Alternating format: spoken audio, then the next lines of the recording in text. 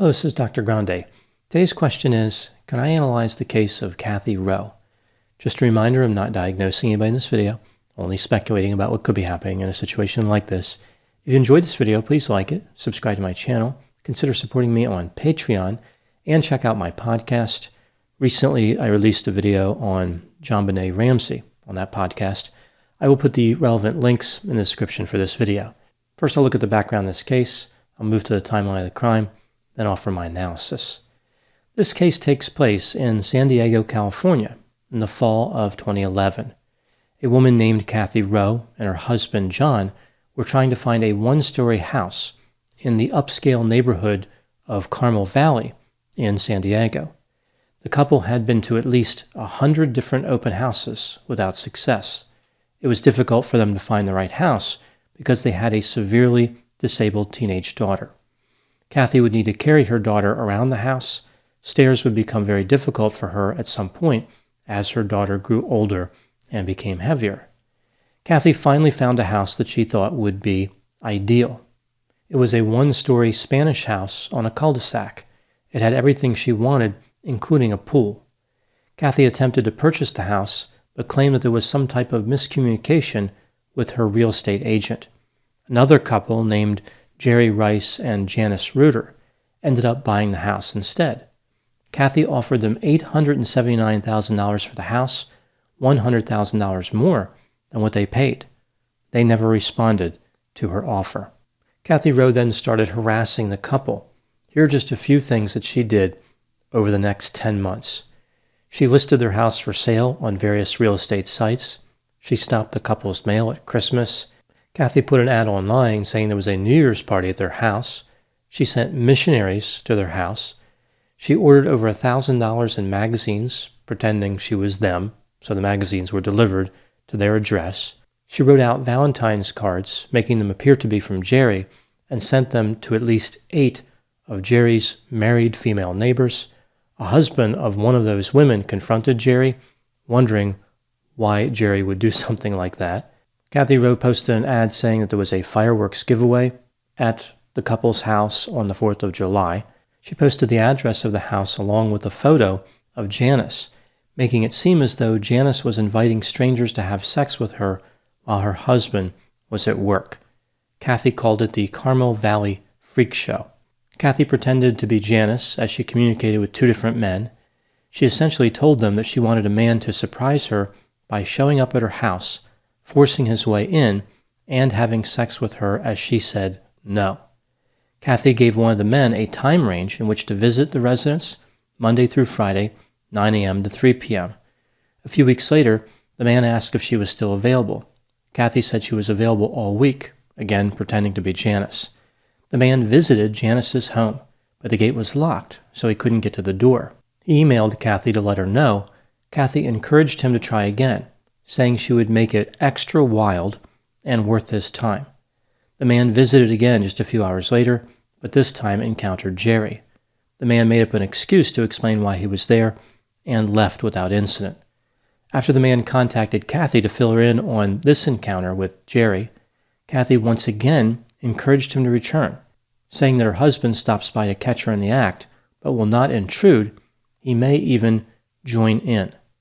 Jerry and Janice called the police, and a few months later, in June of 2012, Kathy Rowe was arrested. The charge of harassment was originally considered, then the prosecutor thought that a more serious charge was warranted. Kathy Rowe was charged with 2 counts of soliciting rape and sodomy, as well as identity theft and harassment. The trial judge threw out the solicitation charges, saying that the email exchanges were for consensual sex. Both of the men appeared in court and said they understood the arrangement to be consensual. It looked like Kathy may have beaten the charges, but then the state appealed and the charges were reinstated. Kathy Rowe was allowed to plead guilty to felony stalking and sentenced to 1 year of electronic home surveillance, 5 years of probation, and she had to stay away from the couple for 10 years.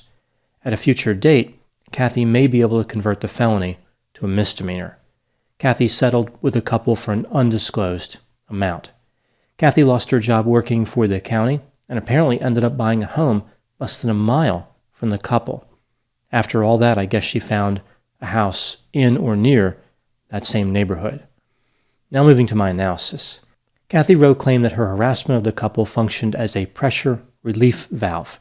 She had a lot of stressors in her life, including her best friend developed sepsis, another friend had serious heart problems, and her husband was diagnosed with stage 4 stomach cancer. Kathy claimed that she did not understand the effect her behavior could have on the couple. She thought at worst it would be annoying, it would certainly not be frightening. She suggested her thinking was impaired, and it never crossed her mind that a man would go to the couple's house and hurt Janice. So it never occurred to her that exactly what she was asking for could happen. It seems a little bit hard to believe. Kathy claimed that she suffered from sleep deprivation and adjustment disorder.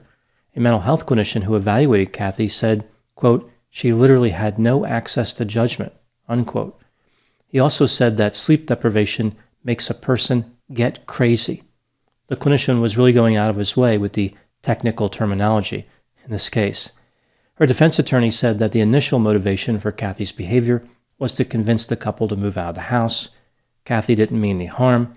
It seems like they tried to characterize this as a childish prank. They must have a much different understanding of children's behavior than most people. So what could motivate behavior like the behavior we see in this case? As I mentioned, Kathy's defense cited 2 conditions, sleep deprivation and adjustment disorder. Let's start by looking at sleep deprivation. This can certainly be painful and cause unusual behavior, but what Kathy did here represented an organized effort. She kept up a harassment campaign for 10 months. That would take a lot of energy and thought. I find it hard to believe that sleep deprivation explains that behavior. As far as the adjustment disorder, this is really a catch-all diagnosis that basically means that stress caused the symptoms. It's a real disorder, and it is associated with suffering, but it's not associated with organized harassment. As was the case with the sleep deprivation, there doesn't appear to be a clear connection between the condition and the criminal behavior. Another possibility here is simply anger. Kathy found something that she really wanted. It was in her mind that she was going to be able to buy the house. It was her dream. She said that when she walked into the house, it was like hearing bluebirds singing and music playing. Her dream was taken away from her. She viewed Jerry and Janice as her enemies, especially after they rejected her $100,000 above what they paid offer. Kathy set out to get revenge and, of course, to get the house. I think what is particularly shocking in this case is how far Kathy went with this plan to have somebody attack Janice. This was far from a childish prank.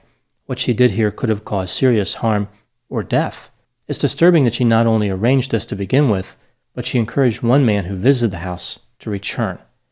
This is something Kathy Rowe really wanted to happen. There's nothing fun-loving or casual about her behavior. It is simply malicious. On a side note, it's a little concerning that she found 2 men willing to engage in that behavior.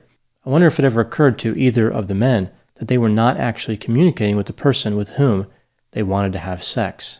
Moving to the next question, what could behavior like this do to the victims? Jerry and Janice went to counseling. During interviews, they talked about how the stress of the stalking hurt their marriage. Jerry became obsessed with watching videos on how to install security lights and cameras. The couple took self-defense classes. Jerry told the judge that he was diagnosed with PTSD. I don't know if this was the case for this particular couple, but I would imagine that a situation like this would also make other people not believe them when they said somebody was stalking them. Like people would think they were being paranoid. It's so unlikely that somebody would do what Kathy Rowe did that I can understand the skepticism. I think it's a reminder that all claims need to be investigated, no matter how much they appear to line up with paranoid thinking. It's not paranoia if the stalking is real. What lessons can we learn in this case?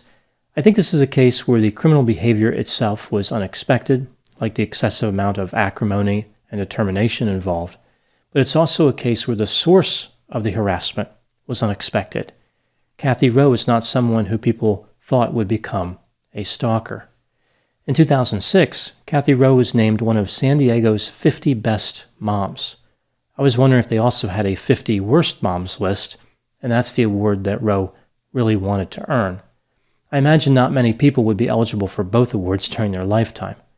I was actually thinking that they should rename the award the Kathy Rowe Good Mother Award. It would rank up there with similar awards like the Casey Anthony Innocence Award, the Jodi Arias Safe Girlfriend Award, and the John Edwards Psychic Medium Award. Those are my thoughts in the case of Kathy Rowe. Please put any opinions and thoughts in the comment section. They always generate an interesting dialogue. As always, I hope you found my analysis of this topic to be informative. Thanks for watching.